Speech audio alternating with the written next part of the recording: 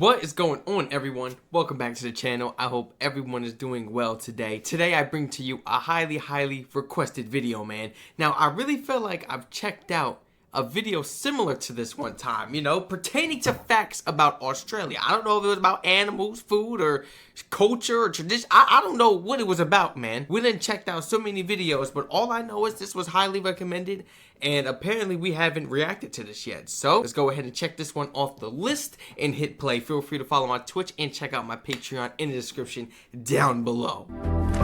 10 amazing facts about Australia. Okay. Type of innovations and stuff I got. Shout out Top 10 Archive.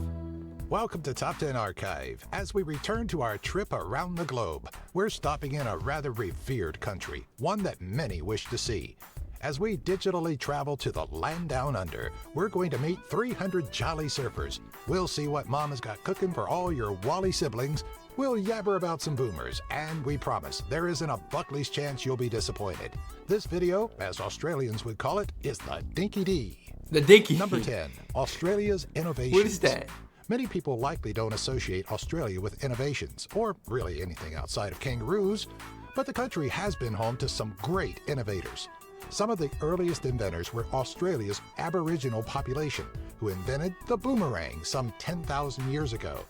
In the 20th century. A boomerang? Century, what is a boomerang good for?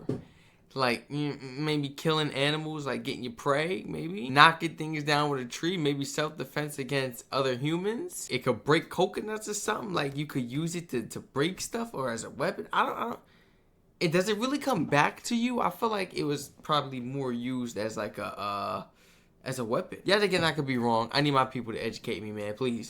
Alone, Australian inventors were churning out products that we still use on a regular basis today, such as notepads configured by stationer J.A. Burchell, Dr. David Warren's black box flight recorder.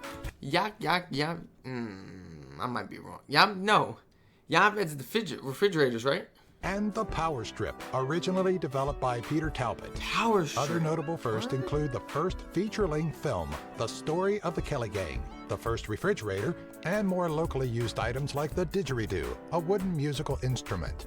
For the girls watching this, you know those Ugg boots you love so much? Yep, that's right. Thank Australia. The Ugg boots everybody be going crazy for all year round, especially holidays around the Christmas time. Can you give me Ugg? Can you give me Ugg? Can you give me what? Can you give me what? Can you give me pink Ugg boots? All I hear is Ugg.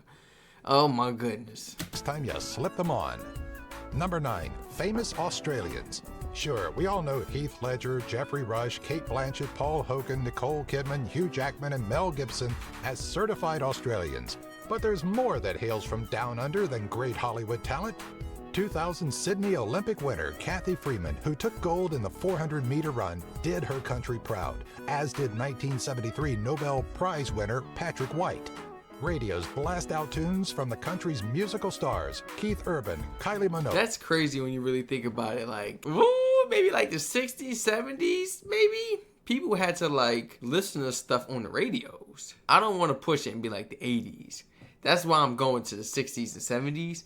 Like, people had to, like, if you didn't have a TV, you gotta watch the baseball game. Like, you not watch it, but you gotta listen to it, the announcers in the game, the stats, the reports towards the game on the radio. A bunch of people just gather around and put that big radio there. And Olivia Newton-John, as our eyes are treated to works of art by artists such as Brett Whiteley, Pro Hart, and Norman Lindsay. Let's also not forget the stunning personality of Steve Irwin, who personified Australia for much of the world. Number 8, Australian cuisine. Ooh. Don't let Outback Steakhouse fool you. Australian cuisine is far more interesting than a blossoming tray of onions and steaks. Facts. In fact, for a restaurant that prides itself on its down-under style, it's missing a well-known Australian... That's not cooked. That's not cooked. That's not cooked. You gotta put that back on the grill. You gotta put that back on. I don't care about Strac. It's medium rare. It's medium well. You're supposed to have that for steak, first of all. And I eat my steak well done because I don't trust nobody. Nobody really knows how to make medium well, perfectly. These people be just doing whatever. Just doing whatever, man. So I just give me a well done, and then, I mean, I've had some really tender well done steak, even like crispy on the outside, this and that. Like, it's still soft. put that back on the grill or give it to him. Australian staple, Vegemite. Beyond the yeasty food paste, indigenous and more traditional Australians are known to dine on the witchetty grub, a wood-eating larvae. Should an almond-tasting insect not whet your appetite, maybe something sweeter like lamington or smokier like barbecued snags will hit the spot. Those crazy Aussies are also known for their love for meat pies, macadamia nuts, fantales, Tim Tams, Wheat Bix, and Anzac biscuits. Number 7. Hey, if y'all think about it, ain't a meat pie basically the same as like an empanada? Except empanada, you can just hold it. It's still really hot though. I mean, if you don't got it wrapped up, but I mean, yeah. What is exactly in a meat pie? Is it just meat? A little bit of peppers, maybe some sauce if you want, but like just meat and peppers, like beef and peppers. Tourist attractions in Australia. As you should and can expect with any country you've yet to travel to, Australia is home to quite an array of attractions and sites worth making the trip for. One of its more notable buildings is the Sydney Opera House, a venue for concerts, local theater, and so much more. History buffs may enjoy visiting the Shrine of Remembrance, which was built to commemorate and honor the 19,000 Victorians that perished during the First World War. Thalassophobics are going to want to stay away from the Great Barrier Reef, but anyone with a keen interest in nature should get a kick out of this system of 2,900 reefs and 900 islands. Additional attractions include Port Jackson, Blue Mountain, Tasmania, and the Great Ocean Road. Number 6. Australia's wildlife. We may have seen some of Australia's indigenous wildlife tucked safely within some cave, but there's nothing like seeing them in their natural habitat. Critters like the Tasmanian devil, a tiny creature Mel Blanc turned into a whirlwind of a beast, or the equally cute wombat. We'd be doing a disservice to not name the expected animals like the kangaroo, koala, or baby-eating dingo, but we also don't want to leave out the tiny kookaburra or the long-nosed fur seal found on the southern coast of Australia. There is, of course, the myriad of deadly creatures like the cone snail, cassowary, stonefish, just to name a few. Oh, and how did we forget the platypus, the beaver's ugly cousin? Or is the beaver the platypus's? Yo, I ain't hear about no platypus and Phineas and Ferb. That's wild. What? Cousin. Bro, well, what? Actually, according to experts, they aren't related at all, as the platypus is only related to one other animal in the rare monotreme family, the echidna. So yeah, that joke didn't go as expected. Blame the writers. Number 5, Australian Gold Rush. The United States of America isn't the only country to have experienced a gold rush. During the 19th century, specifically 1851, Edward Hargreaves stumbled across a small speck of gold near Bathurst. Post-discovery, Hargreaves dubbed the gold site Ophir, was named commissioner of the land, received a life pension, and inadvertently started a gold rush in Australia. By 1852, 370,000 immigrants landed in Australia in hopes of cashing in on the boom in mining. As it usually is when money is involved, tensions rose between the miners and authorities over goldfield licensing, leading 1,000 men proclaiming an oath at the Eureka Stockade to defend their rights and liberties. After intervention from Melbourne troops, 22 of the 1,000 were killed and Eureka was reclaimed. Number 4, Australian ballot. In 1856, the states of Victoria and South Australia introduced a new system of voting that many countries still utilize today. Okay. Dubbed the Australian ballot and later the secret ballot, this voting method made it possible for voters to be able to cast a ballot in privacy. Hey, before I actually went to vote, man, before I walked into school, there was like 3-4 people outside with posters and pamphlets and like little magazines and papers and like little cards and sticky notes and folders talking about, hey man, how are you? Yeah. I just want to ask a few questions, like who you voting for? Like, bro, does it matter? Does it matter? First of all, I'm like, this is supposed to be disclosed information, right? I don't think nobody in Australia is just walking around talking freely about who they voted for or religion or just blurring out their personal life issues out to just anybody when they go out in public. These are like big common issues Americans tend to carry, their traits. And it's crazy. Like, Protection of the voters became a growing concern. Who you across voting the for? globe. the United States and parts of Europe adopted the Aussie means. Yo, and I promise you, I'm not lying. I promise you, he gonna go with the paper and be like, look, you see these two things right here? Look, go ahead and circle these and color them in. Just fill them in. And you don't have to do these ones. Just skip. I'm like, I'm looking on it. I'm like, why is this dude trying to tell me how to vote? So before I tell him off, I just walk away and I'm reading the paper. Man, this says school vote system. I turned the pamphlet behind. It said the real vote, you know, the presidential vote. I was like, man, you wasted my time. Leave me alone. Ask people if you're voting for the school or presidential, not just, you voting, we voting for. Not the world don't revolve around your little tiny school. You work administration. You think everybody, like all these random people coming here just to vote for your school? We not like that as a community. I'm just saying, we not a clique. We not close like that. You'll get off the flip. That's not what we are.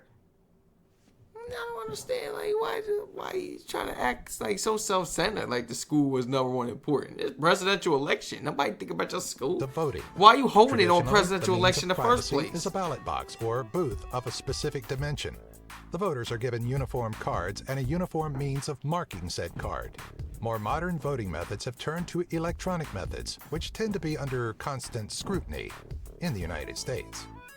Number 3, Australian holidays.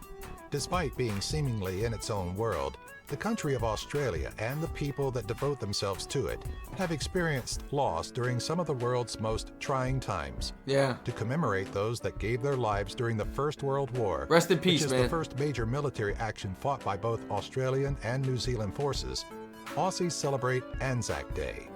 Anzac Day specifically points towards the landing of Gallipoli on April 25, 1915. During the battle on the peninsula, Australia saw a loss of 8,000 soldiers against the Turkish defenders, who wound up pushing Allied forces into a defeat. For both Australia and New Zealand, the battle molded a legendary image for the members of the Australian and New Zealand Army Corps. Number 2, world records.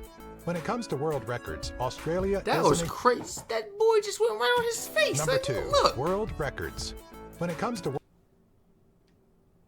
world records, Australia isn't exempt from these feats. What? Hold on. World records. No. When it comes to world records, Australia isn't exempt. Yo, bro, that's real strength. That's that calisthenics. That's why I be telling y'all, these people be big and bodybuilders, all muscle this and that, all jacked up. I don't care if, look, I don't care if you're natty or not, okay? These dudes be jacked up off the weights and stuff, and you want to bulk and keep eating, get big, but be weak and can't even throw your hands properly. When it's time to really get down, you can't even do that. You can't. You're too big and stiff. Man, you can't even scratch your back. How about that? Let me stop. All my big people out there, I love y'all for real. But like, get in that gym though, for real. Get flexible if you're going to be big. Get flexible. Do calisthenics. Yeah. That's what the real strength is. That brother is holding himself sideways. He looked like Spider-Man or something. From these feats, even when it comes to comedic value. In December of 2015, some 320 Australians took to the waves, breaking the record for most surfing Santas at one location. In November of 2015, David Richards broke a record for most bulbs on a Christmas tree by stringing 518,838 LED lights on a 22-meter or 72-foot tree in Canberra to raise money for families affected by sudden infant death syndrome.